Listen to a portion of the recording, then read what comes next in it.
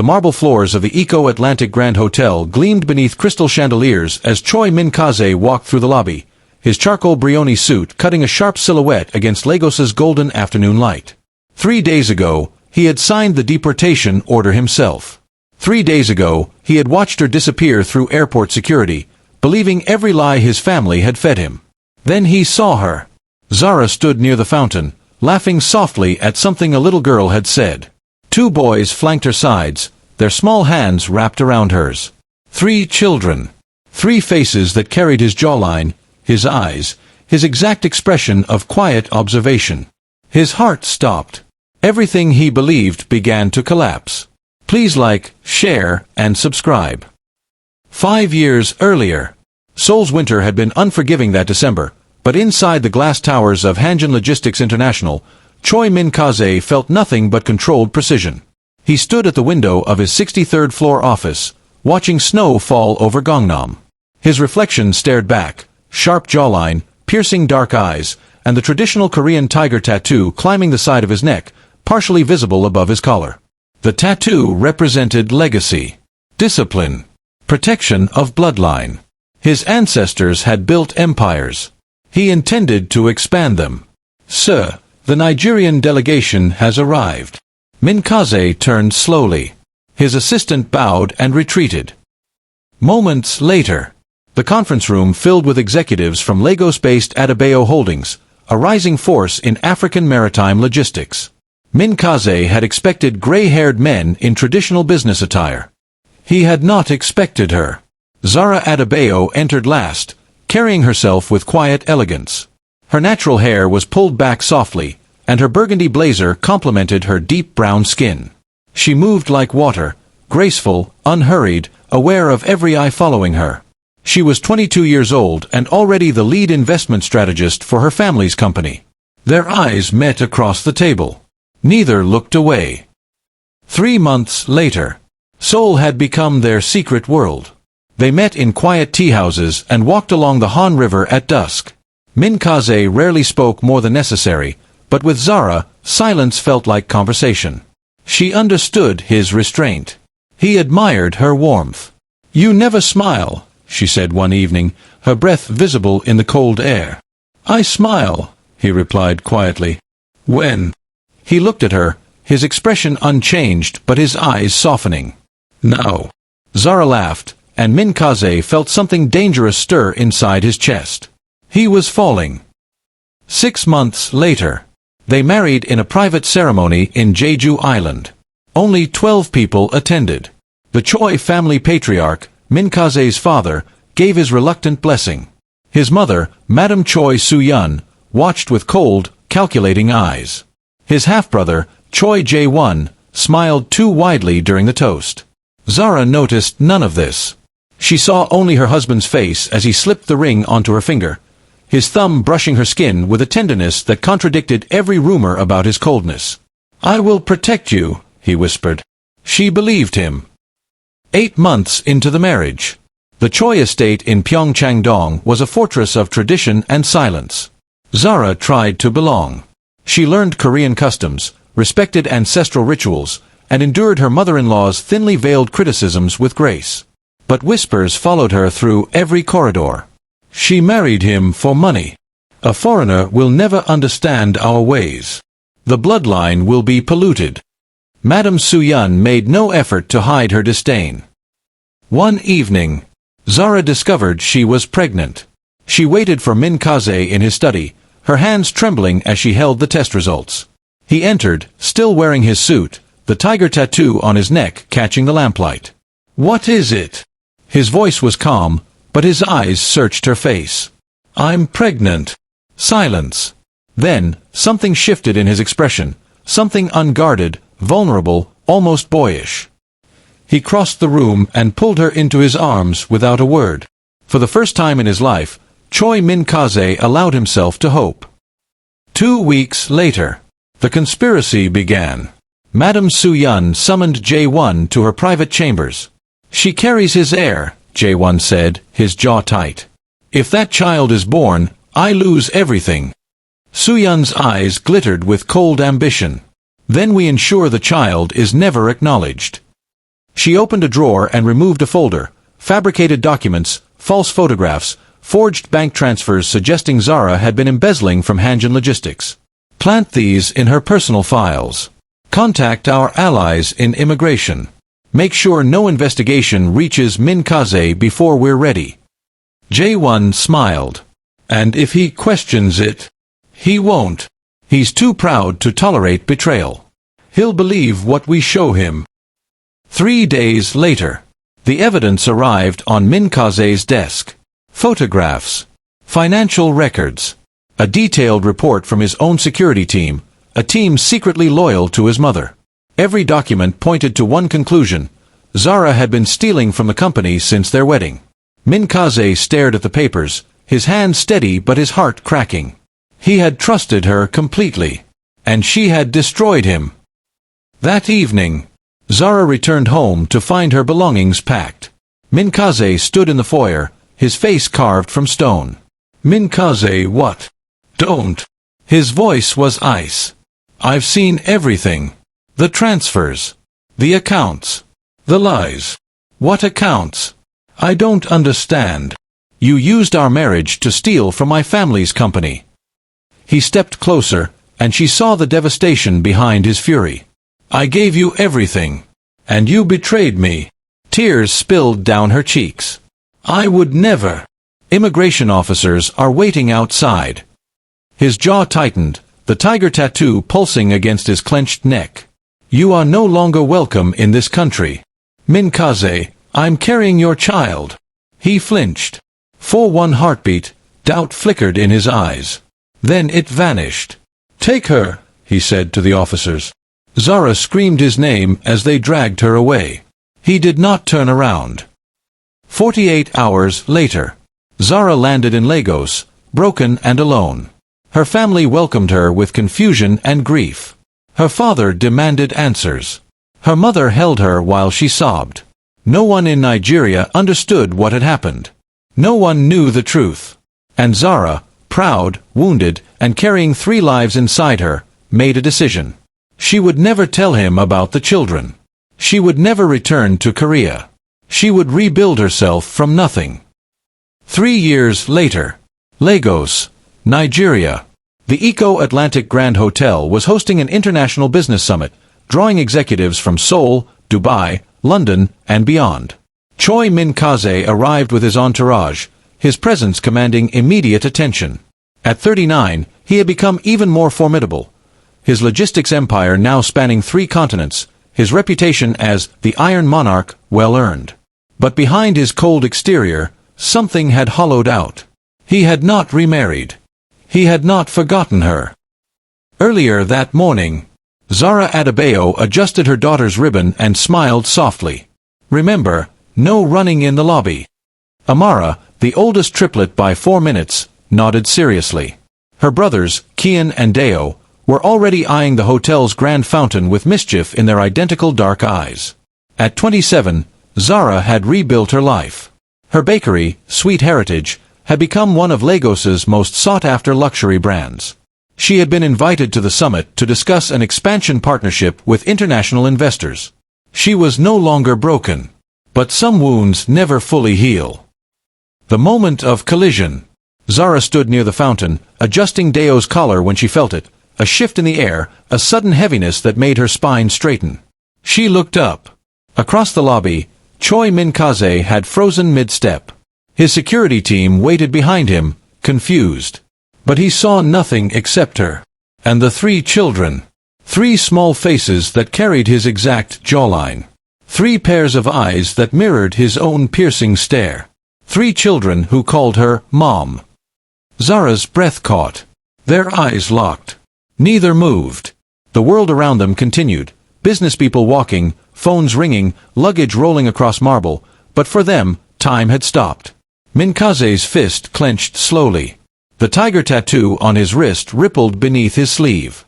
His lips parted, but no words came. Zara took Amara's hand. Come, she whispered to her children. We need to go. She turned and walked away, her heart shattering with every step. Min Kaze watched her disappear into the crowd. He did not follow. Not yet. Later that evening, Minkaze stood on his penthouse balcony, Lagos's skyline glittering below. His chief of security, Park Sung-ho, approached cautiously. "Sir, we've confirmed her identity. Zara Adebayo. She owns a bakery in Victoria Island. She has 3 children, triplets, age 4. Father unknown." Minkaze's jaw tightened. Unknown. That's what her official records state. Silence stretched between them. "Find everything," Minkaze said quietly. "Every document, every photograph, every person she's spoken to in the past 3 years." "Sir, I want to know the truth." Park bowed and retreated. Minkaze stared into the night, his reflection ghost-like in the glass. Those children had his eyes. He would not rest until he understood why. 3 days later, Zara felt him before she saw him. She was arranging pastries in her bakery when the door chimed. Her assistant's sharp intake of breath made her turn. Choi Minkaze stood in the doorway, dressed in a slate-gray suit, his presence overwhelming the warm, cozy space. Customers fell silent. "Everyone out," he said quietly. No one argued. Within seconds, the bakery was empty except for the 2 of them. The confrontation. Zara's hands trembled, but she forced her voice to remain steady. "You have no right to be here. Those children are mine. They carry my face." He stepped closer, his eyes burning into hers. "They are mine. You deported me." Her voice cracked. "You threw me out of your country like garbage. You didn't want me. Why would you want them?" "Because I didn't know." "And whose fault is that?" The question hung between them, razor-sharp. Minkaze's fist clenched. The tattoo on his collarbone was visible beneath his open collar, ancient symbols of protection that had failed to protect the woman standing before him. "I believed what I was shown," he said, his voice low. "You believed your family." Zara's eyes glistened. "You believed documents over the woman you married. Over the child, the children, I was carrying." "Zara, get out." He didn't move. "I said get out." Her voice broke on the last word, and tears spilled down her cheeks. Minkaze stared at her, his chest heaving with restrained emotion. Then, slowly, he turned and walked away. But he did not leave Lagos. The following weeks, he stayed. Zara saw his black SUV parked near her children's school. She noticed his security team positioned discreetly outside her bakery. One evening, she found an envelope on her doorstep, a detailed security assessment of her neighborhood, with recommendations for improved protection. He was watching. He was waiting. He was circling her life like a predator, deciding whether to strike or surrender. Meanwhile, in Lagos, a new presence emerged. Aluwazian Mensah, 35, successful, handsome, was a real estate developer and old family friend of the Adebayos. He had returned from London and made no secret of his admiration for Zara. He brought gifts for the children. He made her laugh. He represented everything Minkaze was not: warm, expressive, uncomplicated. And Minkaze noticed. One evening, Zara attended a charity gala at the Eco-Atlantic Grand Hotel. Aluwazian was her date. Minkaze was also in attendance. He stood across the ballroom, champagne untouched in his hand, his eyes tracking every movement Zara made. When Aluwazian placed his hand on the small of her back, Minkaze's jaw tightened. When Aluwazian leaned in to whisper something that made Zara smile, Minkaze's grip cracked the stem of his champagne glass. His assistant rushed to clean the shattered crystal. Minkaze did not notice. He saw only her. Later that night, Zara stepped onto the hotel terrace for air. She had barely taken a breath when she felt him behind her. "Enjoying your evening?" His voice was ice wrapped in silk. She turned. Minkaze stood 3 feet away, his hands in his pockets, his expression unreadable. "Are you following me?" "I'm attending a business event. In my own hotel. Which I purchased last month." Zara's eyes widened. "You bought this hotel?" "I buy what I intend to keep close."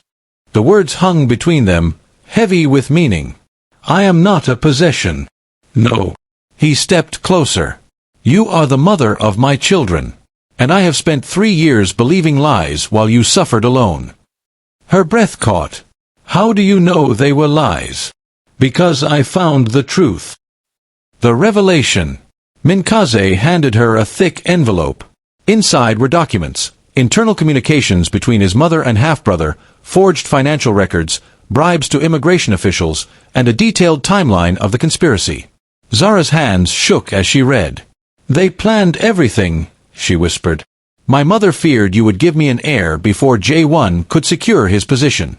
She orchestrated your deportation to eliminate the threat. And you believed them. I was a fool. He said it simply, without excuse. Zara looked up, tears streaming down her face. Do you know what it felt like? Being dragged away while pregnant, screaming your name, knowing you had abandoned me. I know. His voice fractured. I have lived with that knowledge every day since I learned the truth. When did you learn? 3 months ago. I found the original investigation files, the ones my mother had suppressed. I realized everything I believed was manufactured. 3 months. Zara's voice hardened. And you came here only now? I came here the moment I could confirm you were alive. That the children were real. Silence fell between them. The Lagos night hummed with distant traffic. Finally, Zara spoke. They don't know you. They don't know who their father is. I know. I won't let you hurt them. I would die before I hurt them. She searched his eyes for deception and found only raw, desperate sincerity. I don't trust you, she whispered. I don't expect you to. He stepped back, giving her space. But I'm not leaving. I will earn your trust. I will earn their love. And when you are ready to believe me again, I will be waiting. He turned and walked back into the ballroom. Zara stood alone on the terrace, clutching the envelope that contained the proof of her innocence. For the first time in years, she allowed herself to feel something other than pain. She felt hope. 2 weeks later, Choi Jae-won arrived in Lagos. He had heard rumors of his half-brother's extended stay. He had seen the security reports, the property purchases, the whispered concerns from their mother. He came to finish what he had started. Across Lagos, Zara received a warning. An anonymous message. * Your children are in danger. Trust no one from the Choi family. *. She called the school immediately. The triplets had been picked up early by a family friend. Zara's world shattered. Meanwhile, in his penthouse, Minkaze received the call from Park Sung-ho. Sir, J1's people have taken the children. They're heading to the private airstrip. Minkaze's blood turned to ice. Mobilize everyone. Now. He was out the door before the call ended.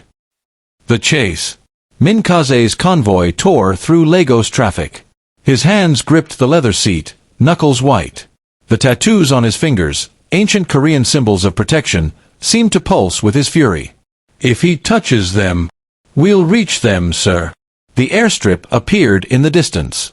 A private jet sat on the tarmac, engines running. J1 stood near the steps, holding Amara's hand. Kian and Deo were already inside the plane. The confrontation. Minkaze exited the vehicle before it fully stopped. Release them. J1 smiled coldly. Brother, you've become predictable. Chasing after a foreign woman and her bastard children. They are my children. Unproven. And irrelevant. Mother wants them gone. Permanently. Minkaze stepped closer, his voice dropping to a lethal whisper. If you do not release them in the next 10 seconds, I will destroy everything you have ever built. Every business. Every alliance. Every secret you've hidden. J1 laughed. You wouldn't. Try me. The air crackled with tension. Then, behind J1, a new figure emerged. Zara. She had followed the convoy on her own. She stepped onto the tarmac, her eyes fixed on her daughter. Amara, come to mommy. Amara broke free from J1's grip and ran. Zara caught her, holding her tight. J1's composure cracked. You can't stop this. Mother will. Your mother has been arrested. Park Sung-ho's voice cut through the tension. He held a phone displaying a live video feed, Korean police entering the Choi estate, Madam Soo-yeon being escorted out in handcuffs. "I submitted the evidence this morning," Min Kaze said quietly. "Financial crimes. Fraud. Conspiracy to commit human trafficking." Jae-won's face went pale. "You betrayed your own family. You were never my family." Min Kaze's eyes burned. "She is. They are." He nodded to his security team. They moved in and restrained Jae-won. It was over. 3 months later, the Choi family empire had been restructured. Min Kaze had stepped down from his position as chairman, transferring control to a neutral board while corruption investigations continued in Seoul. He moved to Lagos. He rented a modest house, by billionaire standards, near Zara's neighborhood. He attended every school event. He learned to braid Amara's hair. He taught Kian and Deo to play chess. He was present, patient, quiet. One evening, Zara watched him through her kitchen window. He sat in her backyard, Deo asleep on his shoulder, Kian building blocks at his feet, Amara showing him a drawing. His expression was soft, unguarded. He looked like a father. Her heart ached. Later that night, the children were asleep. Zara found Min Kaze on the porch, staring at the stars. She sat beside him. Neither spoke for a long time. Finally, she said, "I thought I could hate you forever. You had every right. I know. But I don't." He turned to look at her. "I lost everything I built," he said quietly. "My company. My reputation. My family name. Do you regret it?" He reached out and gently took her hand. "I would burn it all again if it meant earning one more moment with you. With them." Tears slipped down Zara's cheeks. "I'm still afraid. I know. I'm not ready to. I'll wait." He lifted her hand and pressed his lips to her knuckles. It was the first time he had touched her in years. It felt like coming home. 6 months later, both families gathered in Zara's parents' estate outside Lagos. The Adebayos, the remaining honest members of the Choi family. Friends from both worlds. Min Kaze stood before them all, dressed in traditional Korean hanbok modified with subtle Nigerian patterns, a fusion of 2 cultures, 2 hearts. Zara stood across from him, radiant in Ankara fabric woven with Korean silk, their children at her side. 5 years ago, Min Kaze began, I married the most extraordinary woman I had ever known. And then I destroyed her. I believed lies. I prioritized pride over truth.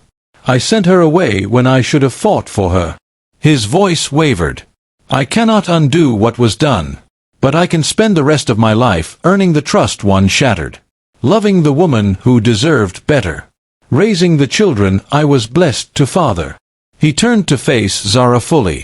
I am not asking you to forget. I am asking you to let me try again. Tears streamed down Zara's face. I loved you, she whispered. Even when I hated you, I loved you. And I love you. I never stopped. He stepped forward and cupped her face gently. May I? She nodded. He kissed her, soft, reverent, full of unspoken promises. Their children cheered. The families applauded. The moment faded to warmth and light. 1 year later, a small, private ceremony in Jeju Island, where they had first married, sealed their renewal. This time, the triplets served as ring-bearers and flower girl. This time, no shadows lingered. Zara looked at her husband, the man who had broken her, then remade himself to deserve her. No more secrets, she said. No more lies, he replied. They held each other as the sun set over the ocean. The Iron Monarch had finally learned to bend. And in his surrender, he found everything he had ever wanted. Asterisk if this story touched your heart, please like, share, and subscribe for more emotional Afro, Korean dark romance stories. Your support helps us create more content like this. Until next time, remember, true love isn't about perfection, it's about choosing each other, even after everything falls apart. Asterisk.